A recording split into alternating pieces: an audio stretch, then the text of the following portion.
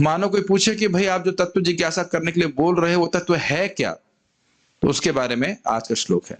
Link समझ में आ रहा है? आपने कहा कि मानव जीवन इंद्रिय तृप्ति के लिए नहीं है अपितु तत्व की जिज्ञासा के लिए है। वो तत्व है क्या? मेरे पीछे बोलिए, कौन बोलेंगे माइक पे? कोई नहीं बोलने वाला। जहां पे बोल लो, कोई भी आप बोल, संस्कृत तो बोल ही सकते हैं। श्रीमद् भागवतम प्रथम स्कंद दूसरा अध्याय 11वां श्लोक। ये बहुत महत्वपूर्ण श्लोक है। ये यहां समझ लेंगे तो पूरे श्रीमद् भागवत में बातें आती रहेंगी, ब्रह्म, परमात्मा, भगवान, ये वो, तो वो आसान रहेगा। बहुत कठिन कुछ भी नहीं है। ये भक्ति वृक्ष में भी पढ़ाया जाता है, कोई बहुत कठिन बात नहीं है। सुनते नहीं है अगर लोग तो इसलिए वो समझ नहीं पाएंगे, लेकिन अन्यथा मैंने नहीं लगता कुछ कठिनाई होगी समझने में। वदन्ति तत्त्वविद तत्त्वं यज्ञानमद्वयम् ब्रह्मेति परमात्मेति भगवान् इति शब्दते वदन्ति तत्त्वविद तत्त्वं यज्ञानमद्वयम् ब्रह्मेति परमात्मेति भगवान् इति शब्दते वदन्ति तत्त्वविद तत्त्वं यज्ञानमद्वयम् ब्रह्मेति परमात्मेति भगवान् इति शब्दते। शब्दार्थ बोलिए। वदन्ति वे कहते हैं, वह तत्त्वविदः विद्वान लोग तत्त्वं परम सत्य को यत् जो ज्ञान अद्वयम् अद्वैत ब्रह्मेति ब्रह्म नाम से जाना जाने वाला परमात्मा इति परमात्मा नाम से जाना जाने वाला भगवान इति भगवान नाम से जाना जाने वाला शब्दते कहलाने वाले हैं। धन्यवाद। परम सत्य को जानने वाले विद्वान अध्यात्मवादी तत्वविद इस अद्वैत तत्व को ब्रह्म, परमात्मा या भगवान के नाम से पुकारते हैं। संस्कृत देखिए। वदंती तत्त्वविद, तत्व उस तत्व को वदंती, तत्वविद वदंती, जो तत्व को जानने वाले हैं वो कहते हैं तत्वम यज ज्ञानम अद्वम, वह अद्वय ज्ञान है। अद्वय मतलब नॉन डुअल, अद्वय मतलब दूसरा नहीं है इसके अलावा कुछ। अद्वय शब्द के एक अर्थ हमको 3-4 अर्थ हैं, उसको देखेंगे। अद्वितीय, एक ही वस्तु है, इस प्रकार से अर्थ हम देखने वाले हैं। और किस प्रकार से पुकारते हैं तो कह रहे वदंती कहेंगे तो बोलेंगे, बोलने की बात आएगी तो कह रहे ब्रह्म है, वह तत्व ब्रह्म है, ऐसा वो बोलते हैं। वह तत्व परमात्मा है, ऐसा वो बोलते हैं। वह तत्व भगवान है, ऐसा वो बोलते हैं। कौन बोलते हैं? तत्वविद, जो तत्व को जानने वाले हैं। और आप समझ सकते हो कि जो लोग इंद्रिय तृप्ति में लगे हैं, ना वो ब्रह्म के बारे में सोचते हैं, ना परमात्मा के बारे में सोचते हैं, ना भगवान के बारे में सोचते, नहीं बोलते ना इसके बारे में। श्लोक स्पष्ट समझ में आ रहा है। जो तत्व को जानने वाले हैं वह इस तत्व को ब्रह्म कहते हैं, उसी तत्व को परमात्मा कहते हैं, उसी तत्व को भगवान कहते हैं। लेकिन ध्यान देंगे कि उसमें तारतम्यता है। तारतम्यता मतलब दे आर डिफरेंट स्टेजेस, एक ही रियलाइजेशन नहीं है। जहां कहीं ना समझ में आएगा तो मुझे पूछ लीजिएगा इस श्लोक के संबंध में, ताकि कठिनाई नहीं हो समझने में। और क्लास के दौरान एक बात अगर भूल जाऊं, 3 बात भूल जाऊं, सूर्य का उदाहरण दूंगा, ट्रेन का दूंगा, पहाड़ का दूंगा और घर का दूंगा, तो 4 उदाहरण देने हैं मुझे। कहीं भूल ना जाओ तो याद दिला देना कि फिर भूल गए इस बात को, ठीक है? समझ में आ जाएगा उससे। सारार्थ दर्शनी टीका चक्रवर्ती पाद के द्वारा वो लिंक बता रहे हैं। वह परम सत्य क्या है जिसकी जिज्ञासा करनी चाहिए? यह यश नहीं होना चाहिए। आज बहुत जल्दी से टाइपिंग किया है तो कुछ मिस्टेक है। यह श्लोक उसका वर्णन करता है। यह अद्वैत ज्ञान है, नॉन डुअल, अलग नहीं है कुछ उसमें। लिंक तो बड़ा स्पष्ट समझ में आ रहा होगा। पिछले श्लोक में क्या बोला गया? मानव जीवन का उद्देश्य इंद्रिय तृप्ति नहीं अपितु तत्व की जिज्ञासा है। तो कोई प्रश्न करे कि भाई तत्व क्या है, तो उस तत्व को भिन्न भिन्न तत्वविद अलग अलग नाम से पुकारते हैं, लेकिन तत्व वही है। समझ में आ रहा होगा, कोई कठिनाई नहीं। यस, तो वह ज्ञान, वह अद्वय ज्ञान है। अब तो वह ज्ञान क्या है? इसे ब्रह्म कहते हैं। जिसे ज्ञानी जन ब्रह्म कहते हैं वह ज्ञान है। उनके अनुसार यह निराकार है और उसमें ज्ञाता और ज्ञेय का भेद नहीं है, अपितु यह चिद मात्र है। नोट, इस कारण से ज्ञानी जन इसको अद्वय कहते हैं। आप समझ में आई ही बात? यहां पे आप तीन चीजें देख रहे हैं, ज्ञाता, ज्ञान और ज्ञेय। ज्ञाता मतलब जानने वाला, ज्ञेय मतलब जिसको जाना जा रहा है, और ज्ञान मतलब जिसके द्वारा ज्ञाता ज्ञेय को जानता है। कठिन हो रहा है? जैसे ये क्या है? मृदंग है, तो ये मृदंग ज्ञाता हो गया। सब में हां, कुछ नहीं समझ में आ रहा। ये ज्ञेय है, इसको आप जान रहे हो। आप क्या न हो? ज्ञाता। जान रहे हैं ना, आप तो पूछा गया ना, और आप जान रहे हो ये कि ये ज्ञेय, ये मृदंग है, ये ज्ञान है। मुझे पता है कि जब हम ये सब बोलते हैं तो सब लोग बोलते हैं हाँ हाँ, यहाँ पे हाँ हाँ बोलना, लेकिन जब पूछा जाएगा तो ना ना, कुछ भी कुछ का कुछ उत्तर दे देंगे। मृदंग क्या है? ज्ञेय।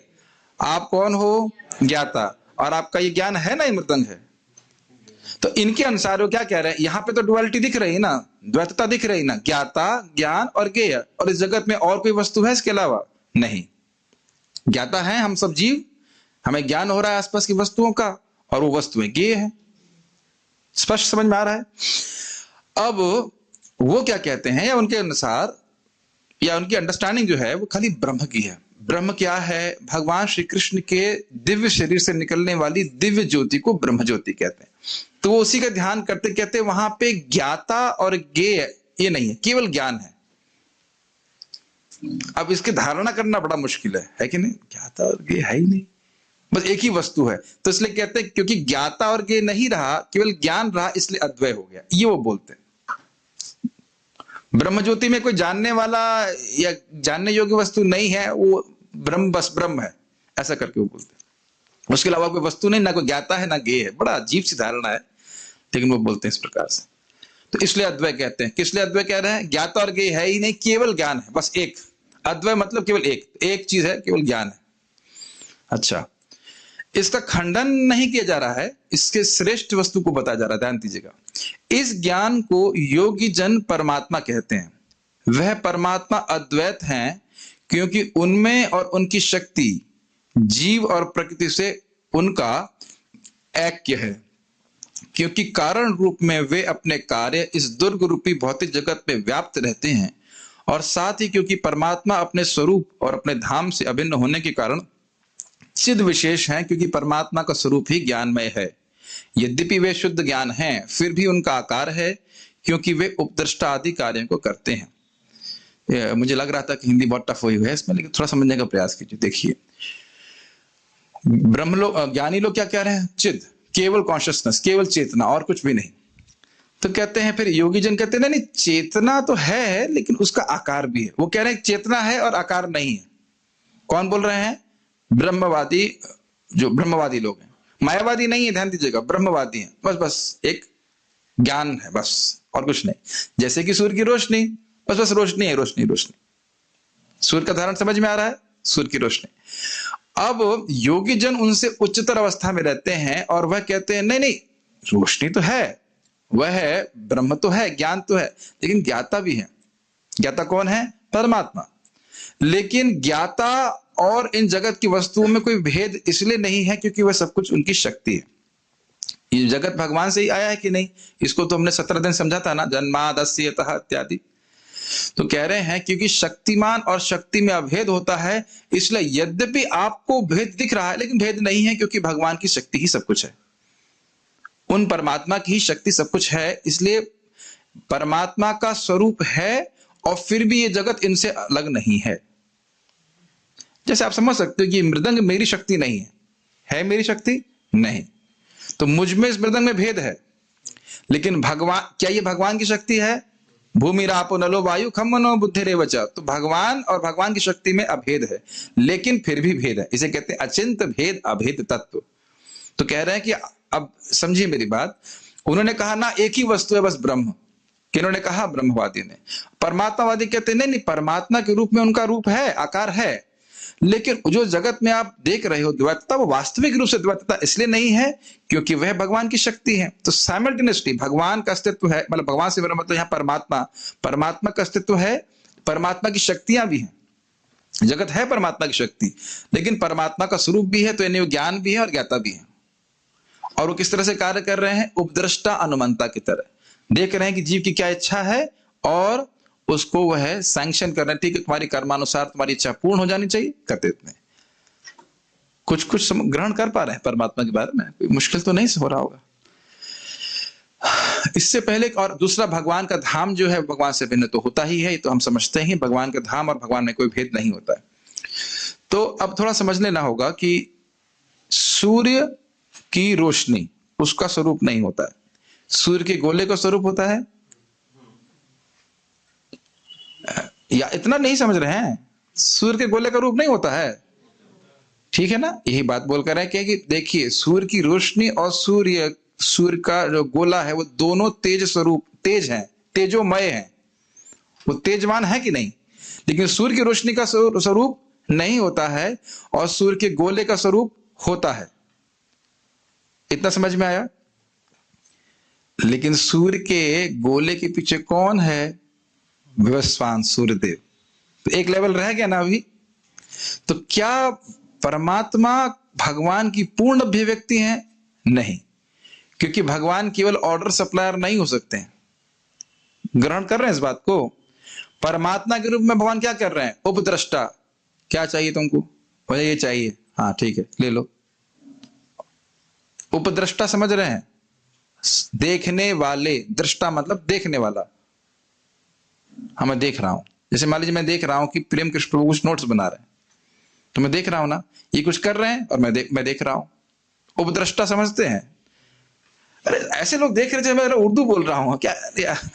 उपद्रष्टा नहीं समझ पा रहे हैं? साथ में देखने वाला। और अनुमानता मतलब सैंक्शन देने वाला। ठीक है, कर सकते हो। भगवान मेरे हृदय में है, जैसे मैं कुछ भगवान के बारे में बोलना चाहता हूं तो स्वाभाविक भगवान देख रहे हैं, बोलना चाहते हो, ठीक है बोलो। तो देखने वाले और करवाने वाले, क्रियान्वित करने वाले, ये सब भगवान परमात्मा के रूप में कार्य कर रहे हैं। तो भगवान इतना ही कार्य करते हैं बस। भगवान अपने दिव्य लोक में दिव्य लीलाएं करते हैं अपने भक्तों के संग। तो योगी जन भगवान के उस भाग को कि भगवान एक सुंदर व्यक्ति हैं, एक प्रेम करते हैं अपने भक्तों से, वह उसका अनुभव नहीं कर पाते। जिस प्रकार से एक व्यक्ति सूर्य की रोशनी को देख रहा है तो सूर्य के गोले को नहीं देख रहा, लेकिन सूर्य के गोले को देख रहा है तो सूर्य की रोशनी और सूर्य के गोले दोनों को देख रहा है, लेकिन सूर्य देव को नहीं देख रहा है। लेवल समझ रहे हैं? देख एक ही वस्तु को रहा है, चाहे सूर्य की रोशनी को देखे चाहे सूर्य के गोले को देखे, लेकिन फिर भी अंतर है दोनों में। क्लियर? ठीक।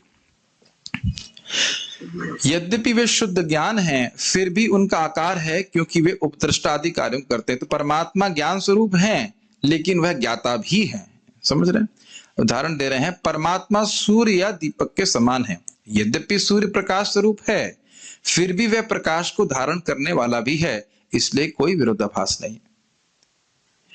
सूर्य का स्वरूप तेजमय है या नहीं है? प्रकाशमय है, कोई कठिनाई तो है नहीं। लेकिन प्रकाश कहां से आ रहा है? सूर्यदेव से आ रहा है। सूर्यदेव तो अभी पहुंचे नहीं सूर्यदेव तक, खाली सूर्य के गोले से आ रहा है। तो सूर्य का गोला है ना, सूर्य गोल है कि चौकोर है? हाँ अभी याद करिए सूर्य को, ठीक है। सूर्य गोल नहीं है, सॉरी चौकोर नहीं है, गोल है। लेकिन सूर्य किस वस्तु में से बना है? केवल अग्निमय है, तेजोमय है, प्रकाशमय है। और प्रकाश तो प्रकाशमय होता ही है। तो क्या कोई कहने में दिक्कत है कि सूर्य प्रकाशमय है? क्या यह कहना गलत है कि सूर्य प्रकाशमय है? बिल्कुल गलत नहीं है। लेकिन अच्छा, क्या और मैं कहूं कि सूर्य गोल है तो यह भी सही बात है। लेकिन अभी देवता आए क्या? कोई व्यक्ति यहां बैठा सूर्य के गोले को देखेगा तो कभी विचार कर सकता है कि अंदर जो सूर्यदेव अपने भक्तों के संग कुछ कार्य कर रहे हैं? सूर्यदेव के भी भक्त है ना वहां पे, वो तो नहीं देख पा रहा ना। तो आप देख रहे हैं ना कि एक एक लेवल है तीनों जगह पे। अभी तीसरे लेवल पे हम आए नहीं। परमात्मा का रूप होता है, इसको इस श्लोक से समझना होगा।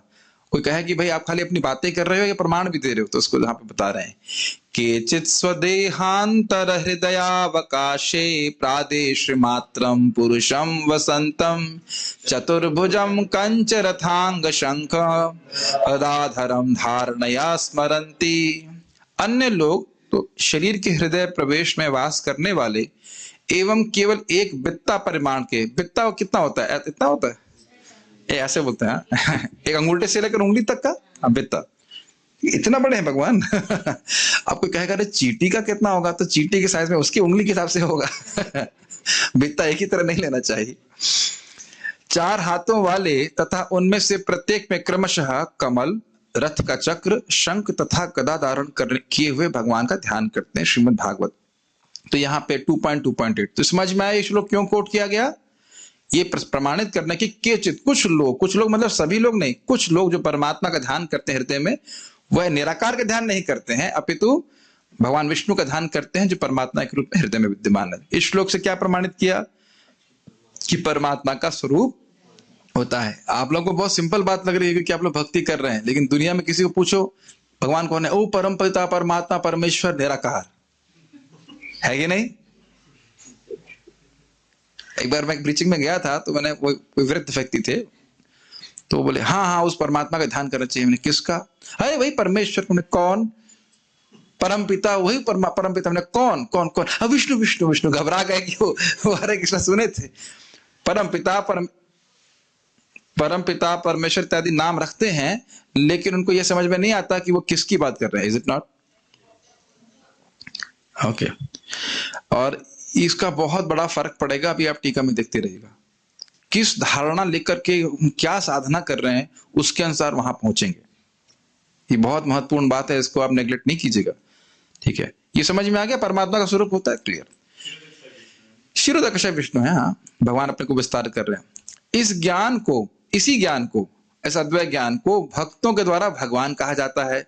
उन्हें अद्वैय इसलिए कहा जाता है क्योंकि भौतिक शक्ति उनकी शक्ति है और शक्ति एवं शक्तिमान में अभेद होता है। ये सिद्धांत है कि शक्ति शक्तिमान में अभेद होता है। तो समझ लीजिए, जिस प्रकार से कोई वस्तु अगर उसकी सत्ता अगर किसी पे आश्रित होती है, सत्ता मतलब एग्जिस्टेंस, अस्तित्व, उस पे किसी अन्य वस्तु पे आश्रित रहती है तो उससे उसका अभेद कहा जाता है सिद्धांत की दृष्टि से। जैसे बादल की सत्ता किस पे आश्रित है, सूर्य के ऊपर, तो बादल का सूर्य से अभेद है, लेकिन बादल और सूर्य में भेद भी है।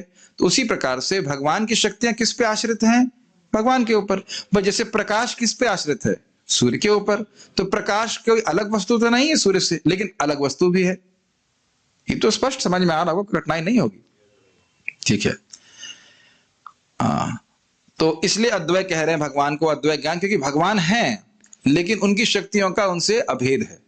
उन्हीं की शक्तियां हैं, उनसे अलग तो है नहीं। ये बात जैसे हम अपने हाथ को अपने से अलग तो नहीं मानते, ये बात। उन्हें अद्वैय, अब दूसरा अर्थ ले रहे हैं अद्वैय का, उन्हें अद्वैय अर्थात अद्वितीय इसलिए भी कहते हैं क्योंकि अपने विभिन्न अंश मोहित जीव से वे भिन्न हैं। भगवान और जीव दोनों एक व्यक्ति हैं, जीव कभी भगवान नहीं बन सकता। ये बात समझ में आई। अद्वितीय मतलब जीव और भगवान वो दो अलग अलग व्यक्ति हैं। व्यक्ति मतलब समझ रहे हैं, हम हैं और भगवान है हमेशा। हम भगवान कभी नहीं बन सकते हैं।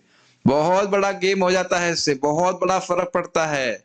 आपको याद है, मैं कई बार समझा चुका हूं। रामदास नाम के एक व्यक्ति थे जो 24 घंटे राम राम करते थे, लेकिन महाप्रभु को उनको देखकर प्रसन्नता नहीं हुई। क्यों? क्योंकि वह सोच रहे थे राम राम करके हम राम बन जाएंगे। पूरा मैं जो एक भक्त बता रहे थे, किसी एक संप्रदाय में बाह्य रूप से वो वैष्णव हैं, लेकिन आंतरिक रूप से उनकी इच्छा यह है कि हम राम बन करके राम की इंद्रियों से भोग करेंगे। मैं तो सुनकर के आश्चर्यचकित हुआ, पता नहीं कितना सत्य है, लेकिन इस प्रकार की इच्छा वाले भी, स्पृहा वाले लोग भी होते हैं। ठीक है, तो इसको खंडन कर रहे हैं, कहते नहीं, अद्वैय अर्थात भगवान और जीव अलग अलग हमेशा रहने वाले। हमारा अस्तित्व कभी भगवान में जाकर के मर्ज मिलने वाला नहीं है। तो समझ में आ रहा होगा। हमेशा मुक्ति के बाद भी वैकुंठ धाम में आपका अस्तित्व रहेगा कि नहीं रहेगा? यस, और अभी भी अस्तित्व है। नाते वाहम जातु नासम न त्वम नेमे जनाधिपः न चैव न भविष्यामः सर्वे वयमतः परम। उज्ज्वल लीलमणि 4.22। सब में चुप, किसी को श्लोक ही नहीं पता कहां से उद्धृत कर रहा हूं। भगवत गीता का श्लोक है, कुछ भी बोल दो, सब कलयुग में कुछ भी बोल दो। उज्ज्वल नीलमणि का श्लोक है ये, कोई ऑब्जेक्शन नहीं आया। सुन रहे हैं या कुछ और बात हो रही है? भगवत गीता का श्लोक है। पांडे जी आप भी कुछ नहीं बोले? बोला, आपकी आवाज आई नहीं यहाँ तक। ठीक है। भगवत गीता का बहुत प्रसिद्ध श्लोक है, ये बहुत महत्वपूर्ण है। कभी नहीं सोचना चाहिए कि हम भगवान बन सकते हैं। ना तो हम जड़ पदार्थ हो सकते हैं, ना जड़ पदार्थ जीव बन सकता है, ना जीव भगवान बन सकते हैं, ना भगवान प्रकृति, सब अलग अलग हैं। भगवान कभी जड़ नहीं होते, उनकी जड़ शक्ति सर्वदा हमेशा से विद्यमान है। ये नहीं सोचना चाहिए कि भगवान जड़ हो गए। Make sense? ठीक है। अब अद्वैय का और अर्थ ले लें। वे अद्वैय अर्थात अद्वितीय इसलिए भी हैं क्योंकि उनके समतुल्य कोई नहीं है। ये तो बड़ा स्पष्ट है, भगवान से बड़ा और उनके समान कोई भी नहीं है, इसलिए भी उनको अद्वैय कह रहे हैं। उनके जैसा कोई है ही नहीं, असमूर्ध, उनके समान और उनसे ऊंचा कोई है ही नहीं, इसलिए भी अद्वैय कह रहे हैं। तब देख रहे हैं अद्वैय के तीन अर्थ लिए हम यहाँ पे चक्रवर्ती पाद ने। एक अर्थ था उनकी भौतिक शक्ति उनसे अभिन्न है। दूसरा अर्थ है कि वह और जीव अलग अलग ही रहते हैं, एक नहीं हो जाते। और दूसरा क्या है? तीसरा यह है कि उनके समान कोई है ही नहीं। भक्तों के अनुसार, यद्यपि ज्ञानी और योगियों के अनुसार, हाँ, भक्तों के अनुसार कॉमा होना चाहिए, यद्यपि ज्ञानी और योगियों के अनुसार भगवान शुद्ध ज्ञान में है, तथापि वे अप्राकृत षड ऐश्वर्य से युक्त चिद स्वरूप है, जिसे भग शब्द से इंगित किया जाता है। मतलब भगवान की ब्रह्मज्योति है ही, परमात्मा स्वरूप में भी अपने आप को विस्तारित किए हैं, लेकिन साथ साथ वह षड ऐश्वर्यों से संपन्न है। अब समझिए इस बात को। भक्त लोग भगवान के परमात्मा स्वरूप को भी स्वीकार करते हैं, ब्रह्म स्वरूप को भी स्वीकार करते हैं, लेकिन वो जानते हैं कि इससे परे, इससे और उत्तर श्रेष्ठ भगवान का भगवत स्वरूप है, जिसमें भगवान के 6 ऐश्वर्य होते हैं। ये समझ रहे हैं ना? बात बहुत इंपॉर्टेंट है। जैसे आप समझ लीजिए सूर्य की रोशनी, सूर्य का गोला, लेकिन जो सूर्य देव का भक्त है वो जानता है कि इससे परे सूर्य देव की अस्तित्व भी है, जिनकी मैं पूजा कर रहा हूं। सूर्य के गोले की पूजा भी करते हैं, कुछ लोग कर सकते हैं, जो भी देखें उनको प्रणाम करें, लेकिन सूर्य के गोले को देख रहा है, लेकिन उसके परे भी सूर्यदेव हैं, विवस्वान उनका नाम है, और वहां पे अपने भक्तों के संग रहते हैं और लीला भी कर रहे हैं। तो भगवान का अनुभव परमात्मावादियों को नहीं हो सकता। भगवान का अनुभव उसी व्यक्ति को होगा जो भगवान की शुद्ध भक्ति करता है। अच्छा, इससे पहले कि मैं आगे जाऊं, अब मैं चारों उदाहरण अभी बता देता हूं ताकि भूल न जाएं। सूर्य का उदाहरण समझ में आ गया, सूर्य की रोशनी, सूर्य का गोला और सूर्यदेव। तो सूर्य की रोशनी हो गई ब्रह्म, सूर्य की गोला हो गया परमात्मा का अनुभव, और सूर्य देव हो गए भगवान का अनुभव। ये समझ में आया? एक उदाहरण आप अपना समझ सकते हैं बड़ी आसानी से, ट्रेन का। रात्रि में कभी आप ट्रेन पकड़ी तो पहले क्या देखते हैं? ट्रेन आ गई, लेकिन ट्रेन नहीं, आप केवल रोशनी देखते हैं ब्रह्म के समान। फिर जब ट्रेन और पास में जाती है तो ट्रेन बाह्य रूप से दिखाई पड़ रही होती है, ठीक है, तो वो हो गया परमात्मा का अनुभव। लेकिन जब अंदर प्रवेश कर जाते हैं तो देखिए वहां पर बहुत सारी लीला चल रही है, मतलब बहुत सारी क्रिया चल रही है। स्पष्ट समझ में आ गया? भगवान का अनुभव। तीसरा उदाहरण है पहाड़ का। ये तो सबने देखा होगा, अगर कहीं आप लोग हिल स्टेशन गए होंगे प्रीचिंग करने के लिए, भोग के लिए नहीं, प्रीचिंग करने के लिए कभी गए हो, तो आप मान लीजिए नैनीताल जा रहे हैं। मैं नैनीताल का मतलब प्रमोशन नहीं कर रहा हूँ, जस्ट नैनीताल जा रहे हैं, बड़े अच्छे स्थान है। तो दूर से केवल एक पहाड़ दिखाई पड़ता है ना, मोटा मोटा सा, हरा हरा सा से कुछ। तो ये हो गया ब्रह्म अनुभव के समान। आप अंदर चले गए थोड़ा पहाड़ में, तो देखा थोड़ा और पास चले गए तो देखा अरे नहीं, पेड़ भी हैं, ग्रीनरी भी है, और कुछ दिख रहा है। और जब अंदर प्रवेश कर गए तो चिड़िया भी है, बहुत सारी वस्तुएं हैं, विविधताएं दिखाई पड़ रही हैं। तो ये ब्रह्म और परमात्मावादी को समझ में नहीं आता कि वैकुंठ धाम है, भगवान के पास जाएंगे, वहां पे लीला संपन्न हो रही है, शाश्वत रूप से लीला चल रही है, वहां मैं हमेशा रहूंगा, भगवान के संग सेवा करूंगा। तो किस धारणा के संग व्यक्ति अप्रोच कर रहा है वो वहीं तक पहुंच पाएगा। आप ऐसा नहीं समझ पा रहे हैं शायद। मान लीजिए हमें भगवान के धाम के बारे में पता ही नहीं होता, केवल परमात्मा के बारे में मालूम होता, और यदि हमारी भागवत प्राप्ति की इच्छा कुछ होती, मतलब आध्यात्मिक इच्छा होती, तो केवल हम वही साधना करते जो परमात्मा तक लेके जाती। नहीं समझ में आता है? तो इसलिए सुनना बहुत जरूरी है कि जीवन का लक्ष्य क्या है, वो तत्व क्या है। इसलिए वदंती बोलना बहुत जरूरी है, खाली स्मरण करने से नहीं काम चलेगा। जब कोई व्यक्ति बोलेगा तब बाकी लोग श्रवणवंती सुनेंगे, और फिर उनको भी बोलेंगे। बहुत इंपॉर्टेंट बात है, वदंती मतलब श्रवण कीर्तन चलना चाहिए। ऐसा नहीं कि बस इसको ज्ञान हो गया। हाँ, बहुत अच्छी बात याद आ रही। प्रभुपाद जी कहते हैं, कुछ लोग कहते हैं भाई जिनका ज्ञान पूर्ण नहीं है वो बोलते हैं। जैसे एक बर्तन होता है, उसमें जब पानी थोड़ा कम भरा रहता है तो आवाज उसमें कुछ हो सकती है। या कहते हैं थोथा चना बाजे घना, चना जब थोड़ा खाली होता है तो आवाज करता है।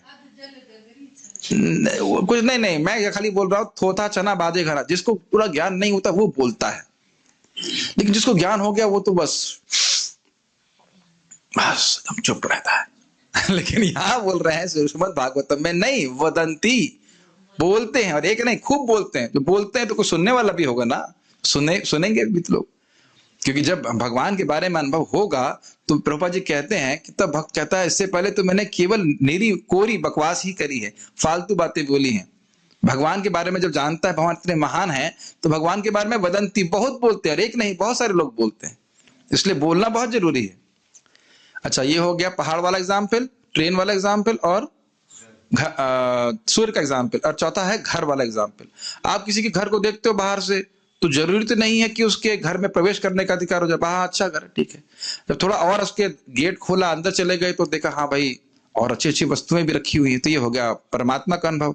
और जाकर उस व्यक्ति से मिलते हैं, दोस्ती करते हैं, तो वो हो गया भगवान का अनुभव। तो अलग अलग वस्तु तो नहीं है ना, समझ रहे हैं ना मेरी बात? अलग अलग वस्तु तो नहीं है। सूर्य की रोशनी और एग्जाम्पल लीजिए, चाहे पहाड़ का एग्जाम्पल लीजिए, चाहे आप ट्रेन का उदाहरण लीजिए, और चाहे घर का उदाहरण लीजिए, अलग वस्तु नहीं है, लेकिन उनमें तारतम्यता है। तारतम्यता means degrees of realization, degrees of increased realization. Clear? इससे भक्तों को क्या सीखना चाहिए? हमको ऑब्वियसली ब्रह्म और परमात्मा के बारे में नहीं सोचना चाहिए, हमको भगवान के बारे में जिज्ञासा करना चाहिए। और भगवान की भक्ति कैसे, भगवान की भक्ति करके भगवान का अनुभव प्राप्त होता है, और उसमें ब्रह्म और परमात्मा का अनुभव अपने आप प्राप्त हो जाता है। इसको हम भी आगे पढ़ने वाले हैं। जैसा कि विष्णु पुराण में कहा गया है, ऐश्वर्यस्य समग्रस्य वीर्यस्य यशसः श्रियः ज्ञान वैराग्ययोश्चैव षण्णाम भगतिं गणा। ये सब भक्त जानते हैं। भगवान शब्द की व्याख्या की जा रही है। भगवान अर्थात 6 प्रकार के ऐश्वर्यों को समग्रता में धारण करने वाले, यथा पूर्ण नियंत्रण, पूर्ण बल, पूर्ण सौंदर्य, पूर्ण यश, पूर्ण धन, ज्ञान और वैराग्य। पूर्ण मतलब इस जगत में कुछ व्यक्ति कुछ मात्रा में धारण कर सकते हैं, लेकिन पूर्ण मतलब संपूर्ण रूप से। अब उसके अलावा और कुछ उनके पास रह नहीं जाता। ऐसा नहीं कि भाई हम कुछ धन है, लेकिन कोई ये नहीं कह सकता कि सारा धन उसके पास है। तो भगवान बड़े आसानी से कह सकते हैं इस बात को, क्योंकि उनके पास सारा धन है, ये बात बोल रहे हैं। और आप ये भी जानते हो कि इन्हीं 6 ऐश्वर्यों की वजह से कोई व्यक्ति आकर्षक लगता है। तो क्योंकि भगवान के पास समग्रता में है, तो सहज रूप से वह अपने भक्तों को आकर्षित करते ही हैं। इस जगत में होता है ना, किसी के पास ज्ञान होता है, वैराग्य होता है या धन होता है, वह व्यक्ति आकर्षक होता है, लेकिन वह सर्व आकर्षक नहीं है, क्योंकि उसके पास पूरा धन, पूरा ज्ञान, पूरा वैराग्य, पूरा ऐश्वर्य नहीं है। Make sense? ठीक है। ज्ञान शक्ति बलैश्वर्य वीर्य तेजांश शेषतः भगवत शब्द वाच्यानि विना हेयर गुणाधिभी। भगवान शब्द का अर्थ है जिनके पास असीमित ज्ञान शक्ति बल ऐश्वर्य वीर्य और तेज है, और उनमें कोई भी हेय गुण नहीं है। हेय मतलब निकृष्ट, खराब गुण नहीं है। तो ये तो आप सब समझते होंगे, मैं समझता हूं, उसमें कोई कठिनाई नहीं है। ये श्लोक उद्धृत किए जा रहे हैं भगवान के संबंध में। यद्यपि वह आंतरिक एवं बाह्य रूप से शुद्ध चित्त स्वरूप है। चित्त स्वरूप मतलब आध्यात्मिक स्वरूप, स्पिरिचुअल फॉर्म है। में द्विभुज या चतुर्भुज रूप में अवस्थित हैं, और यद्यपि उनमें और जीव में शाश्वत भेद है, फिर भी वे अद्वय अर्थात एक हैं। क्या कहने का अर्थ है? भगवान परमात्मा के रूप में अपने आप को चतुर्भुज रूप में विस्तारित करते हैं, विष्णु स्वरूप में।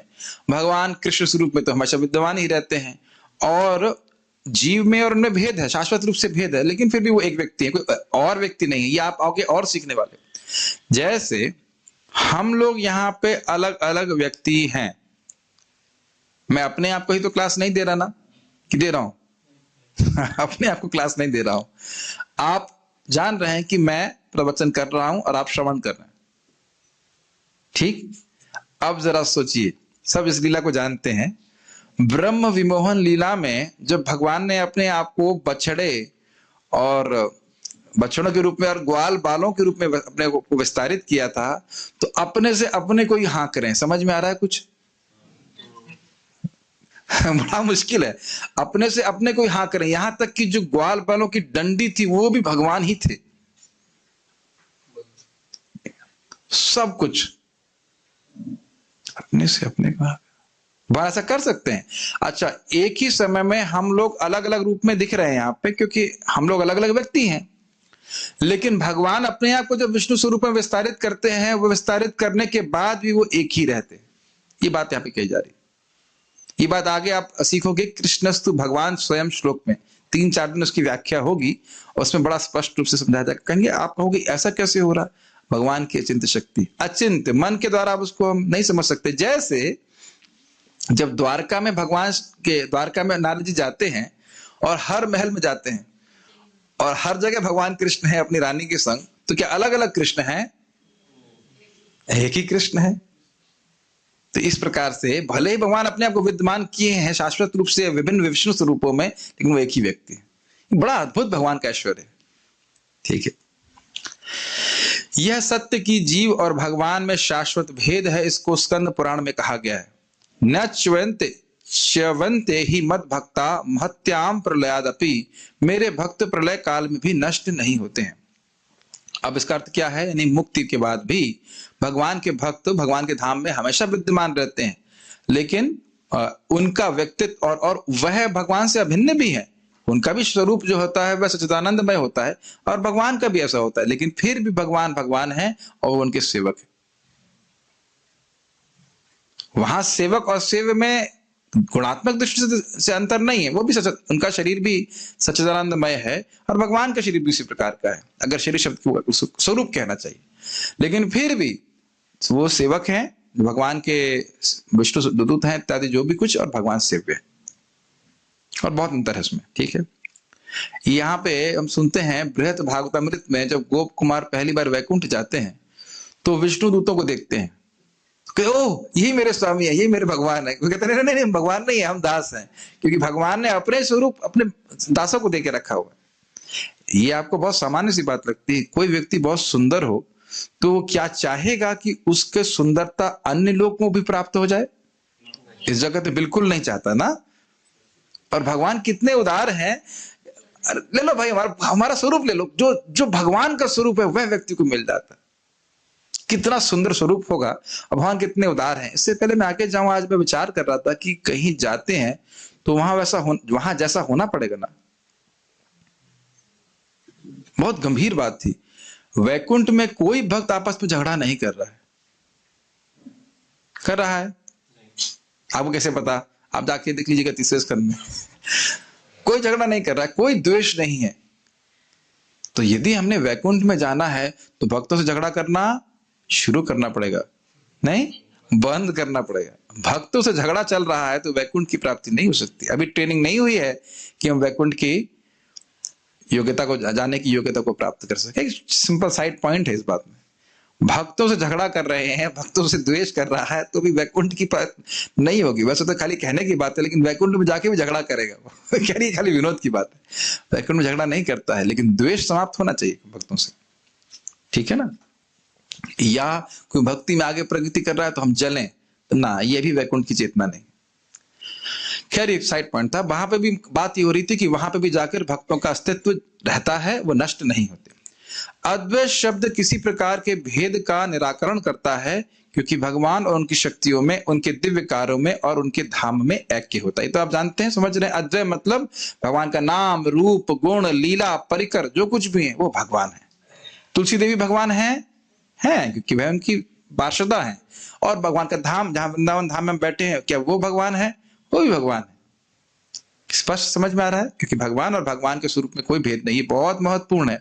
यह समझ में आ गया तो भगवान का संपर्क पाने में कोई कठिनाई नहीं है। कैसे आप प्राप्त करेंगे? हरे कृष्णा कृष्णा कृष्णा हरे हरे, हरे राम राम राम हरे हरे। भगवान अद्वैत तत्व है। इस जगत में नाम और नामी में भेद होता है। नाम और नामी में भेद होता है कि नहीं होता है? समझ रहे ना? लेकिन भगवान के नाम और भगवान के नाम में, भगवान और भगवान के नाम में कोई भेद नहीं है। इसको ठीक से समझना चाहिए। भगवान के जो विग्रह है और उनमें कोई भेद नहीं। अब उसका अनुभव कितना होता है वो उस पर निर्भर करता है कि हमारी भक्ति कितनी बढ़ी हुई, लेकिन सिद्धांत को हमें यहाँ पे स्वीकार करना चाहिए। ज्ञानी जन, अब देख रहे हैं कि लोग अलग अलग क्यों अनुभव प्राप्त हो रहे हैं। ज्ञानी जन ब्रह्म अनुभव के योग्य होते हैं, उनको खाली बरस ब्रह्मानुभूति होगी।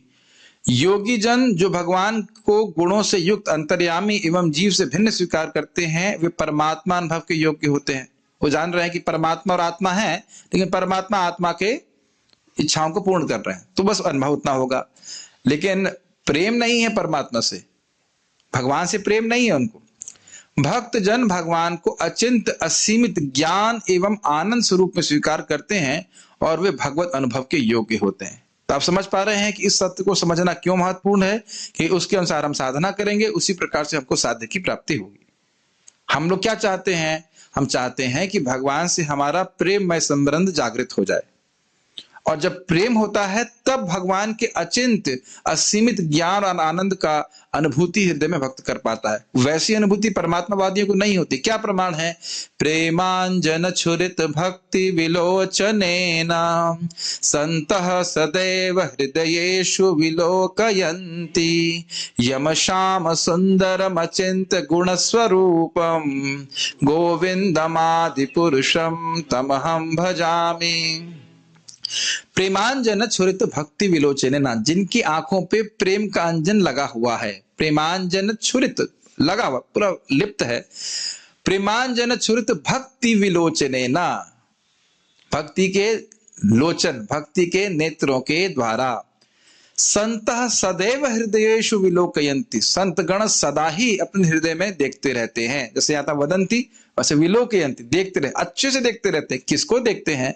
यम श्याम सुंदरम अचिंत गुण स्वरूपम, उन श्याम सुंदर को जिनके गुण और अचिंत गुण और स्वरूप अचिंत है। तो ये परमात्मा का अनुभव खाली नहीं कर रहे हैं, श्याम सुंदर का अनुभव कर रहे हैं। कौन? जिनको हृदय में प्रेम प्राप्त हुआ है। गोविंदमादि पुरुषम तमहम भजामि, उन गोविंद का मैं भजन कर रहा हूं। ये कौन बोल रहे हैं? ब्रह्मा जी। ब्रह्मा जी थ्योरी बोल रहे हैं कि कुछ प्रैक्टिकल बात बोल रहे हैं? प्रैक्टिकल बात बोल रहे हैं। बहुतों को देखा है उन्होंने कि वह भगवान का अनुभव हृदय में कर रहे हैं, परमात्मा का अनुभव नहीं कर रहे हैं। अंतर समझ रहे हैं? परमात्मा न्यूट्रल रहते हैं, उपद्रष्टा मनता। हाँ ठीक है, जैसे मैं देख रहा हूं मनोज प्रभु देख रहा है, मनोज प्रभु नहीं, अभी नहीं देख पा रहा हूं ना, अब देख रहा हूं, लेकिन जरूरी इतना ही कि आपको देख रहा हूं तो आपसे प्रेम हो। इतनी बात समझ रहे हैं कि नहीं समझ रहे हैं? अगर आप किसी व्यक्ति को देख रहे हैं, देख पा रहे हैं, इसका अर्थ यह तो नहीं कि आपसे प्रेम है। और जब किसी से प्रेम होता है तो उसको देख के खुशी होती है कि नहीं होती? तो भगवान का अनुभव बहुत कान खोलकर बहुत ध्यान पूर्वक सुनिए। भगवान का जो दिव्य सुख है, भगवत अनुभव, जिसमें भगवान के षडैश्वर्य अनुभव कर पाता है भक्त, वह भगवत भक्ति के द्वारा ही प्राप्त हो सकता है, प्रेमा भक्ति के द्वारा ही प्राप्त हो सकता है, नहीं तो वह अनुभव प्राप्त नहीं हो सकता। भक्त्या माम अभिजानाति यावन यश्चास्मि तत्वतः, प्रेमा भक्ति के द्वारा ही मैं जाना जा सकता हूं जैसा मैं हूं वास्तविक रूप से। ततो माम तत्वतो ज्ञात्वा विशते तद अनंतरम, जब मुझे भक्त इस प्रकार से जान लेता है तो मेरे धाम में वो प्रवेश करता है। स्पष्ट समझ में आ रहा है ये बात? प्रेमा भक्ति के द्वारा ही हमको सर्वश्रेष्ठ अनुभव प्राप्त होगा, इसलिए हमको भक्ति की ही जिज्ञासा करनी चाहिए। हमारे लिए, भक्तों के लिए तत्व जिज्ञासा क्या है? भक्ति की, भगवान के बारे में, भक्ति के बारे में, भगवान क्या है, उनके गुण क्या है, लीला क्या है, उन्हीं के बारे में हमें चर्चा करनी चाहिए। ये हमें समझ सीखना होगा श्लोक से। परमात्मा और ब्रह्म के बारे में अनुभूति करने की अपने आप अनुभूति हो जाती है। जिस प्रकार से जो व्यक्ति सूर्य देव को जान रहा है वह सूर्य के गोले और सूर्य के प्रकाश को अपने आप जान रहा है। क्लियर? क्लियर बोलने के पैसे नहीं मिलेंगे। कुछ अगर समझ में नहीं आ रहा है तो पूछ लीजिए। क्लियर है यहाँ तक ना? ठीक। वस्तुतः ये मैं इसलिए एम्फसाइज कर रहा हूँ, ये एक बार समझ में आ गया तो मुझे अब दोबारा समझाने की जरूरत नहीं पड़ेगी। बड़ी आसानी से हम रेफर करते जाएंगे, हाँ ये इसको वहां पढ़ा था ना, वहां पढ़ा था ना, वहां पढ़ा था ना। वस्तुतः भगवान की ही सत्ता है, यह इस श्लोक में कहा गया है। अब वो कह रहे हैं यहाँ पे कि भगवान ही परमात्मा के रूप में और ब्रह्म के रूप में विद्यमान है। ये समझने का प्रयास कीजिए, आप समझ सकते हो। वही ट्रेन वाला एग्जाम्पल, ट्रेन ही रोशनी के कारण है, ट्रेन ही डब्बों के रूप में दिख रही है, और ट्रेन अंदर में सारे लोग बाग जो है वो ट्रेन से अलग नहीं है कुछ भी वस्तु। सूर्य का उदाहरण भी आप समझ लीजिए। यस, सूर्य का उदाहरण संबंध में बड़ा श्रेष्ठ है। सूर्यदेव ही गोले के रूप में दिख रहे हैं और वही प्रकाश के रूप में दिख रहे हैं। अंतर नहीं है ना, फिर भी अंतर है। स्पष्ट। अब पहला श्लोक बोल रहे हैं भगवान के रूप में। अहो भाग्यम नंद ग्रोप ब्रजौकसाम यन्मित्रम परमानंदम पूर्णम ब्रह्म सनातनम। नंद महाराज सारे ग्वाले तथा ब्रज भूमि के अन्य सारे निवासी कितने भाग्यशाली हैं। उनके सौभाग्य की कोई सीमा नहीं है, क्योंकि दिव्य आनंद के स्रोत परम सत्य अर्थात सनातन पर ब्रह्म उनके मित्र बन चुके हैं। अब मित्र बन चुके हैं तो क्या समझ रहे हैं आप? प्रेमा भक्ति प्राप्त है। क्लियर। तो ये किस श्लोक किसका वर्णन कर रहा है? भगवद अनुभव का। भगवान कृष्ण गोलोक में या यहाँ पे भी गोकुल में भी जब यहाँ पे प्रकट थे तो अपने भक्तों के संग विभिन्न लीलाएं कर रहे हैं। तो ये कौन सा अनुभव हुआ? भगवान का अनुभव। ठीक। अब परमात्मा कृष्णाय वासुदेवाय हरे परमात्मने प्रणत क्लेश नाशाय गोविंदाय नमो नमः। हम वसुदेव के पुत्र भगवान श्री कृष्ण अर्थात हरि को बारंबार नमस्कार करते हैं। वह परमात्मा गोविंद उन सबों के कष्टों को दूर कर देता है जो उनकी शरण में जाते हैं। तो अब वही बोल रहे हैं गोविंद ही परमात्मा है। आप लोग इसमें नई बात क्या है? जिनको नहीं पता है उनसे पूछिए परमात्मा परम पिता परमेश्वर कौन है, वो कभी नहीं बताएंगे। बाप का नाम ही नहीं जानते सोच रहे हैं ये दिक्कत है। क्योंकि माता जी से सुना नहीं, माता जी कौन है? वेद भागवत, उसको सुनते नहीं है तो माँ पिताजी का नाम नहीं जानेंगे। इस संबंध में महाराज जी कथा बोल रहे थे कि प्रभुपाद जी की बात बोल रहे थे कि एक लड़का था, उसका जन्म हुआ और उसके पिताजी जब वो उठता था उससे पहले ऑफिस चले जाते थे और जब वो आता थे तो वो सो जाता था। तो एक दिन संडे को पिताजी को देखा वो, तो अपनी माँ को पूछा who is this man mother who is this man, ये इंसान कौन है? तो माँ ने कहा ये तुम्हारे पिता है। पिता का मतलब क्या होता है? तो अब उसको क्या समझाया जाए पिता का मतलब क्या होता है? फिर उसको समझाया जाए भाई तुम इनसे जन्मे हो, तुम्हारे पिता है, इत्यादि इत्यादि। तो जो लोग शास्त्र नहीं सुनते हैं तो बस खाली वह माता जी करते हैं, मतलब दुर्गा जी। लेकिन पिताजी भी तो होने चाहिए ना, माता जी हैं तो पिताजी भी तो होना चाहिए। तो खैर इस श्लोक में हमने क्या सुना कि वही गोविंद परमात्मा है, वही कृष्ण परमात्मा के रूप में हमने आपको विस्तारित कर रहे हैं। अब अगले श्लोक में देख रहे हैं कि वही गोविंद की शक्ति ब्रह्म में है। और आप देख रहे हैं कि कहीं नहीं, प्राय श्रीमद् भागवत के श्लोक को ही टीका में रखते हैं, क्योंकि श्रीमद् भागवतम प्रमाणममलम, सर्वश्रेष्ठ प्रमाण है। मदीयां महिमानां च परम ब्रह्मेति शब्दितम वेश्यस्य अनुग्रहीतम में संप्रश्नैर्विवृतम हृदि। एक और बात कहना चाह रहा था कि कई बार कोई लोग पूछते हैं ये श्लोक प्रमाणिक है कि नहीं, तो आज प्रमाण भी मिल गया कि भागवत का ही श्लोक है। मैं तो कभी उधर वहां तक पहुंचा नहीं हूं, दशम स्कंद तक, लेकिन ये श्लोक सुना होगा आपने कई बार। श्लोक कृष्णाय वासुदेवाय हरे परमात्मने प्रणत क्लेश नाशाय गोविंदाय नमो नमः। जो भी उनको प्रणाम करता है उनके क्लेश को नाश करने वाले गोविंद है। इन श्लोकों की व्याख्या नहीं कर रहा हूं मैं बहुत ज्यादा, केवल किस कंटेक्स्ट में ये रेफर किए गए इसकी व्याख्या कर रहा हूं कि भगवान कृष्ण ही भगवान के रूप में है, पर ब्रह्म भगवान है। ब्रह्मा जी की प्रार्थना थी जो हमने सुना अभी। दूसरा श्लोक अभी जो आप देख रहे हो ये है कि भगवान कृष्ण ही परमात्मा के रूप में। अब तीसरा श्लोक हम यहाँ जो देख रहे हैं वह खा रहा है कि भगवान ही निर्विशेष ब्रह्म के रूप में व्याप्त है। मेरी कृपा से कौन बोल रहा है? मत्स्य अवतार बोल रहे हैं सत्यव्रत मुनि को, सत्यव्रत राजा को, कि जब प्रलय काल में तुम नाव में बैठे होगे तो तुम मुझसे ब्रह्म की जिज्ञासा करोगे। ब्रह्म यहाँ पे अर्थ हुआ निर्विशेष ब्रह्म की जिज्ञासा। तो जिज्ञासा करोगे तो मेरी कृपा से तुम अनुभव कर पाओगे कि ये मेरी ही शक्ति है, ब्रह्म ज्योति। मेरी कृपा से यानी कि मत्स्य अवतार कह रहे हैं, भगवान विष्णु कह रहे हैं, तुम मेरी शक्ति जिसे निर्विशेष ब्रह्म कहा जाता है उसका अनुभव करोगे, जिसे प्रश्नों और उत्तर के द्वारा तुम्हारे हृदय में प्रकट किया जाएगा। तो इन 3 श्लोकों में क्या सीखा हमने कि भगवान कृष्ण ही भगवान परमात्मा और ब्रह्म के रूप में व्याप्त है, अलग कोई तत्व नहीं है। ये बहुत महत्वपूर्ण है। क्यों? क्योंकि मायावादी लोग जहां ड्रिफ्ट कर जाते हैं वो कहते हैं कि नहीं, ब्रह्म है जिससे कृष्ण आए हैं और कृष्ण का स्वरूप क्या है? वह प्राकृत है। ये अपराध बन जाएगा। ब्रह्मवादी भगवान के प्रति अपराधी नहीं है, लेकिन मायावादी भगवान के प्रति अपराधी हैं। अंतर समझ रहे हैं? ब्रह्मवादी भगवान को ना जान रहा हो कोई बात नहीं, लेकिन वह भगवान के बारे में ऐसी टीका नहीं करता है कि भगवान कृष्ण जब आते हैं तो वो ब्रह्म से आते हैं, पहले निराकार थे, निराकार से साकार होकर के आ जाते हैं, और वह प्राकृत होते हैं, उनका शरीर भौतिक होता है। यह सब बातें मायावादी लोग बोलते हैं और भगवान के प्रति अपराधी होते हैं, क्योंकि यहाँ भागवत में ब्रह्मवादियों को अपराधी नहीं कहा जा रहा। कहा जा रहा है? नहीं कहा जा रहा है। वह भी तत्वविद हैं, लेकिन तत्व को केवल ब्रह्म ज्योति तक ही जानते हैं, भगवान के ऊपर कोई आक्षेप नहीं करते। पता नहीं बात ग्रहण कर पा रहे हैं कि नहीं, ग्रहण हो रही है बात, नहीं समझ में आ रहा है। ब्रह्मवादी केवल ब्रह्म का ध्यान कर रहा है, लेकिन वो भगवान के बारे में कुछ उलट सलट नहीं बोल रहा है। मायावादी क्या कह रहे हैं? बस वो ब्रह्म ही है, ब्रह्म ही है, और कहते हैं जब कृष्ण यहाँ पे आते हैं तो वह उस ब्रह्म से निकल के आते हैं। कितने बार इस बात को बोलते हैं भारत में, इज इट नॉट? इस फिलॉसफी को समझना या जानना तो ज्यादा आसान है, सहज है, क्योंकि यही फिलॉसफी, यही सिद्धांत प्राय भारत में व्याप्त है कि एक निर्विशेष ब्रह्म है, उसी से भगवान आ रहे, उसी से भगवान आ रहे, और बाद में अंत में जाकर के सब मैं आप भगवान सब उसी में जाके लीन हो जाएंगे। तो प्राय इस प्रकार के सिद्धांत बोलते हैं, लेकिन ये एक अपराध है। भगवान पूरी तरह से अप्राकृत हैं, और उनको कभी भी किसी भी तरह से उनके संबंधित किसी वस्तु को माइक या प्राकृत मानना ये बिल्कुल गलत है। क्या ये कम्युनिकेट कर पा रहा हूं? ये कठिन हो रहा है। भगवान के संबंध में, भगवान या भगवान के संबंध में जो भी वस्तु है वह पूरी तरह से आध्यात्मिक होती, समझना चाहिए। इस बात को भगवान गीता में भी बताए थे। अब यहां इसकी व्याख्या की जा रही है, ब्रह्मणो ही प्रतिष्ठा अहम, ब्रह्म का स्रोत मैं हूं। भगवत गीता 14.27 स्पष्ट है। मैंने बताया ना, भगवान श्री कृष्ण के दिव्य शरीर से निकलने वाली दिव्य ज्योति को ब्रह्म ज्योति कहते हैं, सूर्य से निकलने वाले प्रकाश को सूर्य की रोशनी कहते हैं। तो यहाँ बताया जा रहा है कि ब्रह्म, प्रमाण दिया जा रहा है कि जो ब्रह्म है वह भगवान की ही शक्ति है। उसके बाद कह रहे हैं परमात्मा भी भगवान का स्वरूप है।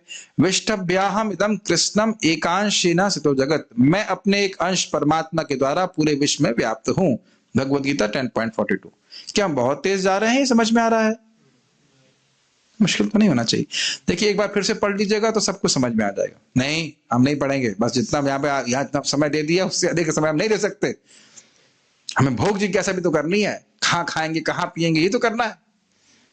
जब हमारी जिज्ञासा रहेगी, जैसे यहाँ पे भी आपने सुना, तो भगवान की कृपा से हम उन तत्वों को समझ पाते हैं। जिज्ञासा जरूर होनी चाहिए कि क्या तत्व है, समझ में नहीं आ रहा है, क्या बात है। जब इस प्रकार से मनन करते हैं तो भगवान की कृपा से हम उसको समझ पाते हैं। और समझना क्यों महत्वपूर्ण है, इसकी व्याख्या मैं आपसे पहले ही कर चुका हूं।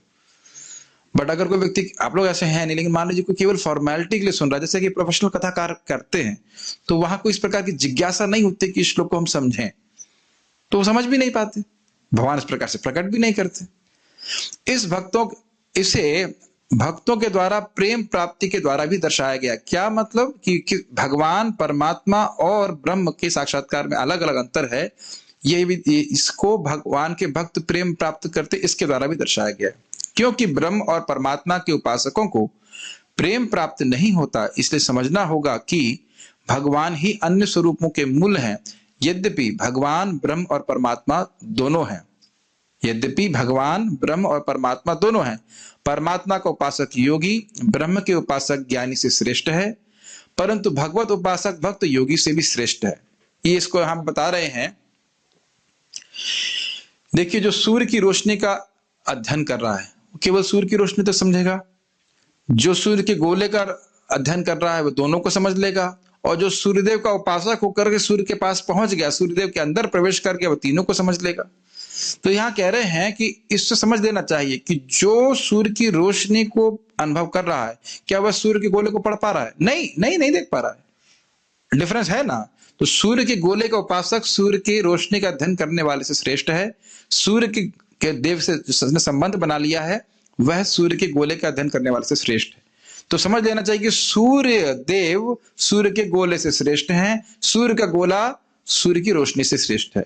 और अब वापस ट्रैक कीजिए, सूर्य की रोशनी का स्रोत है सूर्य का गोला, सूर्य के गोले का स्रोत है सूर्यदेव। क्लियर समझ में आया? तो ये इस प्रकार से समझ लेना चाहिए कि भगवान का अनुभव केवल भक्तों को ही होता है।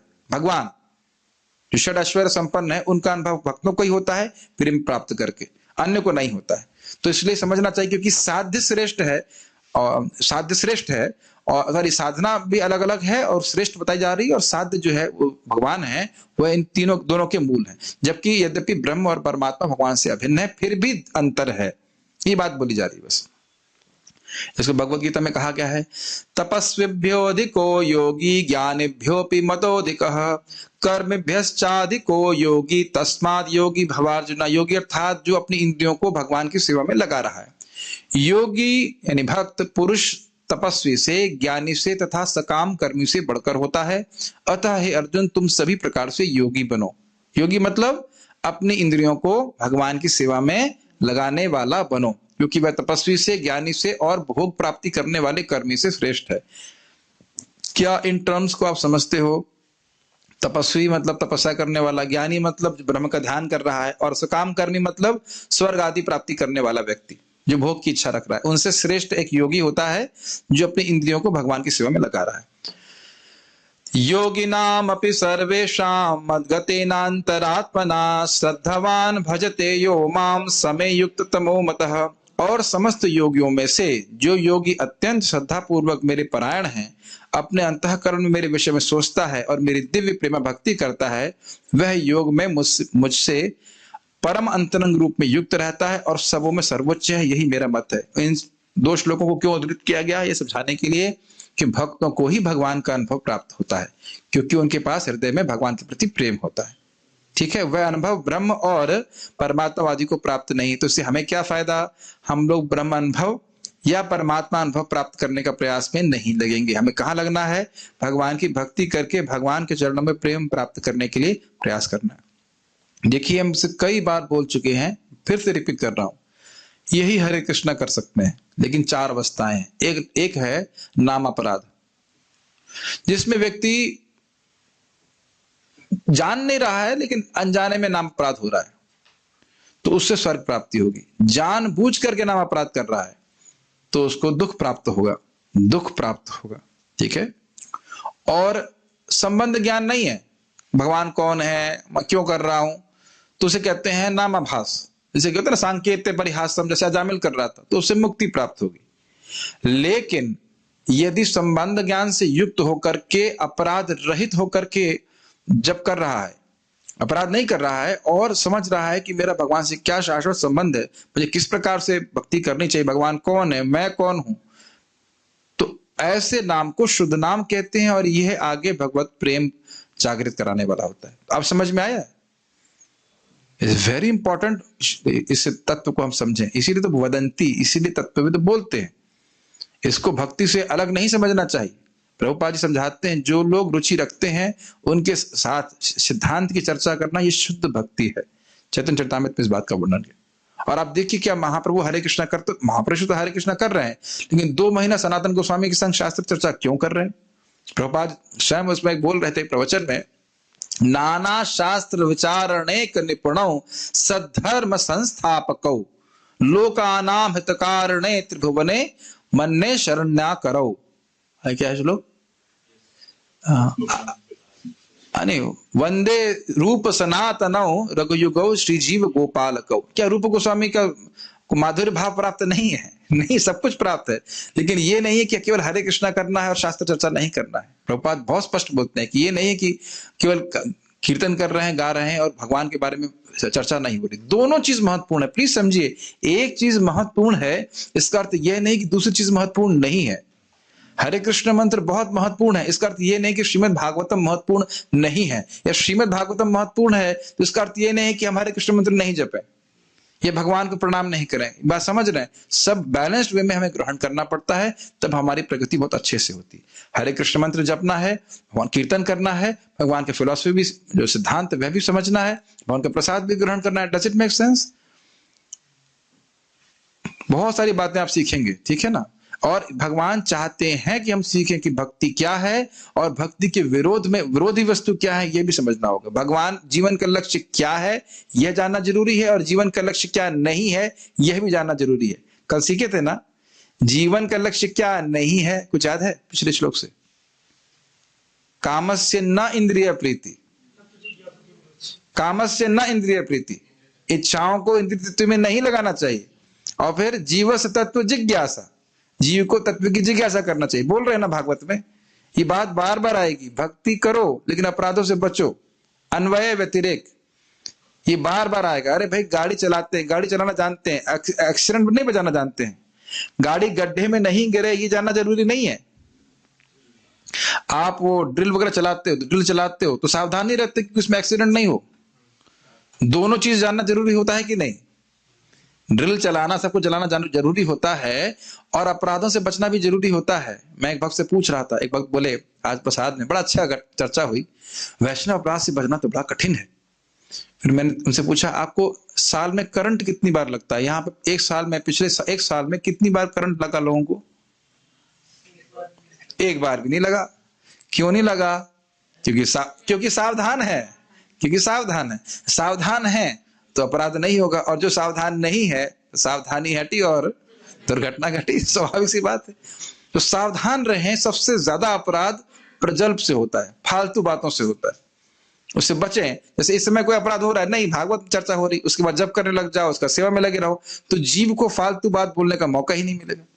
हम प्रगति कर सकते हैं। मैं खाली बात बोल रहा हूं, सिद्धांत सुन करके व्यक्ति समझता है कि किस चीज से मेरी भक्ति में प्रगति होगी और किस चीज में मेरी भक्ति में अवनति होगी, तो समझ करके भक्ति में प्रगति कर पाएगा। इसलिए बहुत जरूरी है। तात्पर्य प्रभुपाद जी का, परम सत्य ज्ञाता तथा ज्ञेय दोनों हैं और उनमें कोई गुणात्मक भेद नहीं है।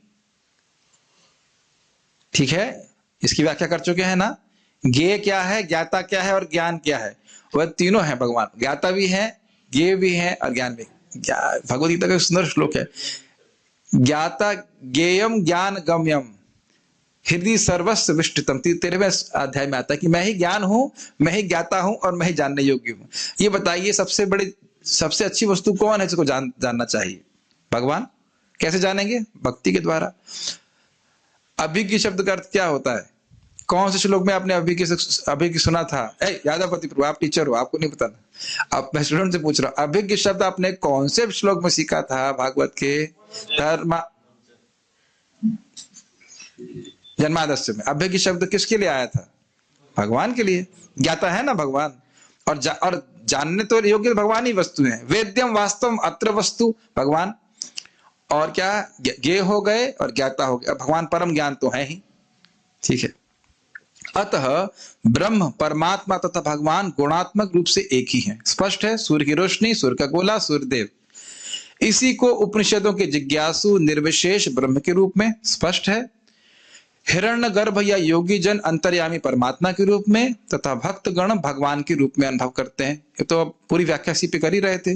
दूसरे शब्दों में भगवान अर्थात परमेश्वर का स्वरूप परम सत्य का अंतिम शब्द है। इसकी व्याख्या भी खूब की गई कि भगवान से परे अब कोई और तत्व नहीं है। परमात्मा भगवान का आंशिक स्वरूप है, क्योंकि परमात्मा के रूप में भगवान केवल उपद्रष्टा और अनंता के रूप में कार्य कर रहे हैं, लेकिन अपने दिव्य लीलाओं को प्रकाशित नहीं कर रहे। और निर्विशेष ब्रह्म भगवान का वैसा ही तेज है जैसे कि सूर्य की किरणें सूर्यदेव के लिए हैं। स्पष्ट। कभी कभी उपर्युक्त तो दोनों विचारधाराओं के अल्पज्ञ जिज्ञासु अपनी अपनी अनुभूति के पक्ष में तर्क करते हैं, किंतु जो लोग परम सत्य के वास्तविक दृष्टा हैं वे अच्छी प्रकार जानते हैं कि एक ही परम सत्य के ये तीन लक्षण हैं। तीन लक्षण भिन्न भिन्न दृष्टिकोणों से भिन्न भिन्न देखे जाते हैं। इस समझ में आ रहा है बात? वही सूर्यदेव है जो सूर्य कोले के रूप में दिख रहे हैं, और सूर्य का गोला सूर्य प्रकाश के रूप में दिख रहा है। इसमें झगड़ा करने की कोई बात है नहीं, लेकिन फिर भी अंतर है दोनों में, तीनों लेवल्स में।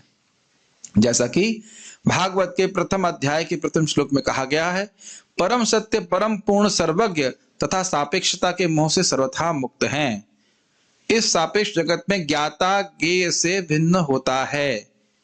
क्या ये व्याख्या की गई थी? यहाँ पे मृदंग का एग्जाम्पल लेकर के, आप कौन है? अनीश प्रभु, आप कौन है? ज्ञाता। और ये मृदंग ये, और ये ज्ञान की ये मृदंग है, ये ज्ञान। ये तीनों अलग अलग वस्तु हैं इस जगत में, लेकिन भगवान में ऐसा भेद नहीं है। भगवान ज्ञाता है भगवान नहीं। मान लो भगवान अपने जगत को जान रहे हैं, मान के लो जानते ही हैं, तो अगर अपनी ही शक्ति को देख रहे हैं तो किसकी शक्ति को देख रहे हैं? अपनी शक्ति को देख रहे हैं। तो ये वस्तु भी भगवान से अलग नहीं है, और भगवान का ज्ञान तो भगवान है ही, कोई डाउट नहीं है। ठीक है, किंतु परम सत्य में ज्ञाता और ज्ञेय एक ही होता है। सापेक्ष जगत में ज्ञाता जीवंत आत्मा या पराशक्ति है। स्पष्ट है। जीवंत आत्मा कौन है? मनोज प्रभु, आत्मा कौन है आपके शरीर में? आप ही हैं कि नहीं? ठीक, तो आप जान रहे हो ना, आप जान रहे हो कि मैं आपको पूछ रहा हूं। इससे पहले आगे जाएं, ज्ञान शक्ति क्या है किसी डिवोटी को पता है?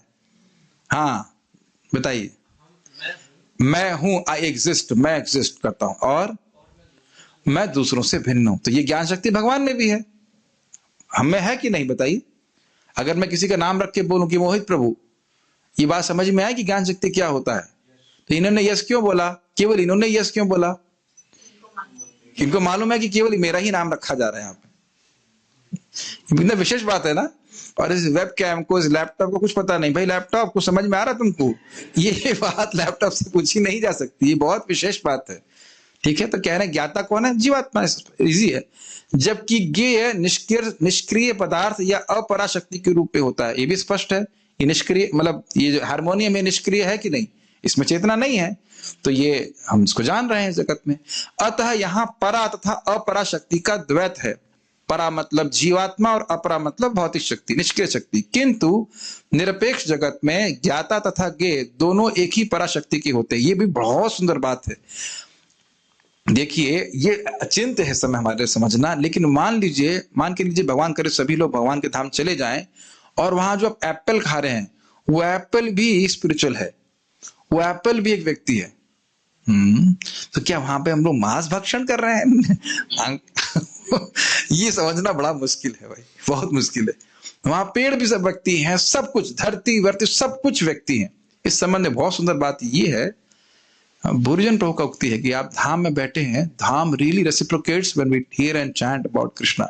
जब हम धाम में बैठे हैं, ये व्यक्ति है, भगवान का नाम उच्चारण करते हैं, भागवत पढ़ रहे हैं, भक्ति करते हैं, तो भगवान बड़े प्रसन्न होते हैं। धाम के रूप में भगवान बड़े प्रसन्न होते हैं और बहुत कृपा प्राप्त होती है हमको।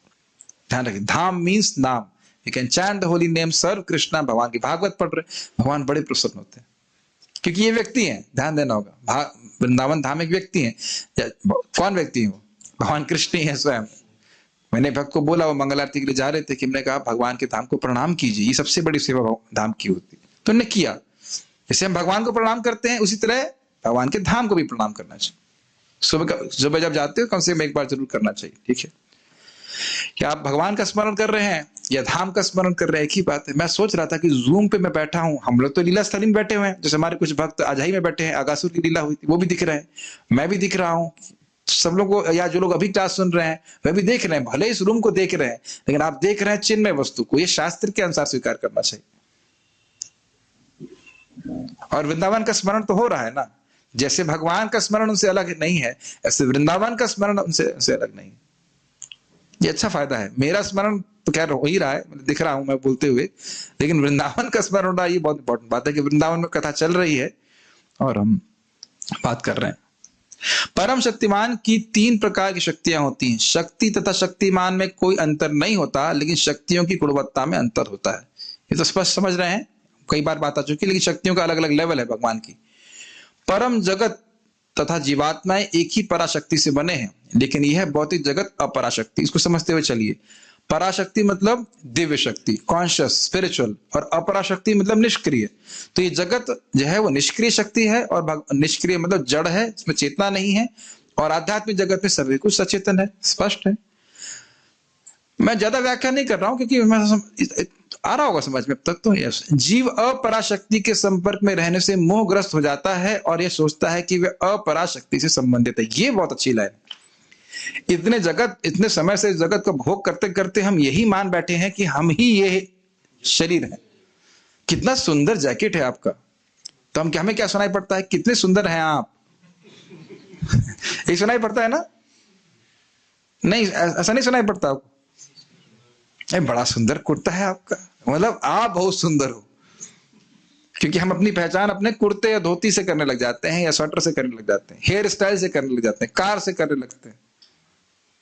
इस पे बहुत अच्छा एक भक्त बोल रहे थे कि भाई मर्सिडीज में बैठे या ई रिक्शा में बैठे, दोनों लोहे से ही बना है ना, लेकिन मर्सिडीज में बैठने वाला व्यक्ति सोचता है कि मैं श्रेष्ठ हूं। देखना किस प्रकार से एब्जॉर्प्शन हो जाता है। तो ये मोह है। मोह का मतलब ही है शरीर में अहम भावना, मैं ये शरीर हूं, और क्या शरीर मेरा है और शरीर से संबंधित वस्तुएं मेरी, इसे मोह कहते हैं। तो इसलिए कह रहे हैं कि वह सोच रहा है इस जगत का है। आप लोगों को कुछ दिक्कत हो रही है कि इंडोनेशिया में अभी कुछ हो रहा है कि नहीं हो रहा है? इंडोनेशिया में कोई समस्या हो रही है, कुछ सोचा आपने उसके बारे में? क्यों नहीं सोच रहे हैं? मतलब हम हमारा संबंध ही नहीं है। समझ में आया? तो परम पूज्य नवयोगेंद्र महाराज बड़ा अच्छा बोल रहे थे प्रवचन में, जब बस जगत के हो ही नहीं तो इतनी चिंता क्यों कर रहे हो जगत की? सिंपल सी बात है नॉट, ये हो रहा है वो हो रहा है, जगत कैसे चलेगा, ये कैसे हो। एक भक्त बड़ा अच्छा बोले, जगत चलाने वाला चला ही रहा है और चलाता रहेगा, आप चिंता मत कीजिए कि जगत कैसे चलेगा, सृष्टि कैसे चलेगी। ऐसा लग रहा सारा भार हमको ही भगवान दे दिए हैं, है कि नहीं? हम ये सब नहीं सोचना चाहिए। बार बार हर दिन हमारे आंखों के सामने दृष्टि रहनी चाहिए कि अरे मुझे भगवान के धाम जाना है, मुझे वहां पर वापस जाना है, मुझे वापस जाना है, वापस जाना है, ऐसे करके तो हमारी भक्ति का उत्साह बना रहेगा। और वो तब दृष्टि रहेगी जब हम श्रवण कीर्तन इस प्रकार से करेंगे।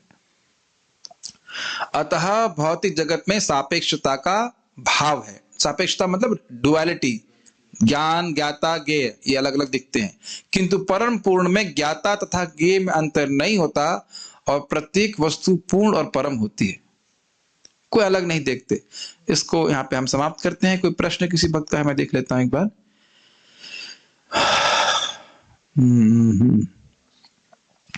बल और वीर में क्या अंतर है? अच्छा प्रश्न है। वीर मतलब बल, कोई अंतर नहीं। ठीक है, प्रभाव और क्या है, जैसे वीर्य गदतम, कोई बहुत शक्तिशाली दवा, ये भागवत में आता है। जैसे कार्य करती जान अनजान कैसे मिले, उसी तरह भगवान का नाम कार्य करता है। पहले जो लोग ध्यान करते थे वो ज्ञानी थे या योगी, देखिए डिपेंड करता है कि वो क्या ध्यान कर रहे हैं, क्योंकि जिज्ञासा का फल ध्यान होता है। ब्रह्म का ध्यान कर रहे हैं, परमात्मा का कर रहे हैं कि भगवान का कर रहे हैं, वो उस पर अलग अलग बात होती है, अलग अलग हिसाब से होता है। जब हम कहते हैं परब्रह्म तो इसका क्या अर्थ होता है? भगवान का शरीर या ब्रह्म ज्योति? ये अच्छा प्रश्न है। परब्रह्म मतलब जो ब्रह्म ज्योति के भी परे है, जो परमात्मा के भी परे हैं, वह परब्रह्म भगवान श्री कृष्ण, जो इन तीनों के दोनों के स्रोत है। परब्रह्म समझ लेना चाहिए, इससे असिंपल तो नहीं समझा सकता।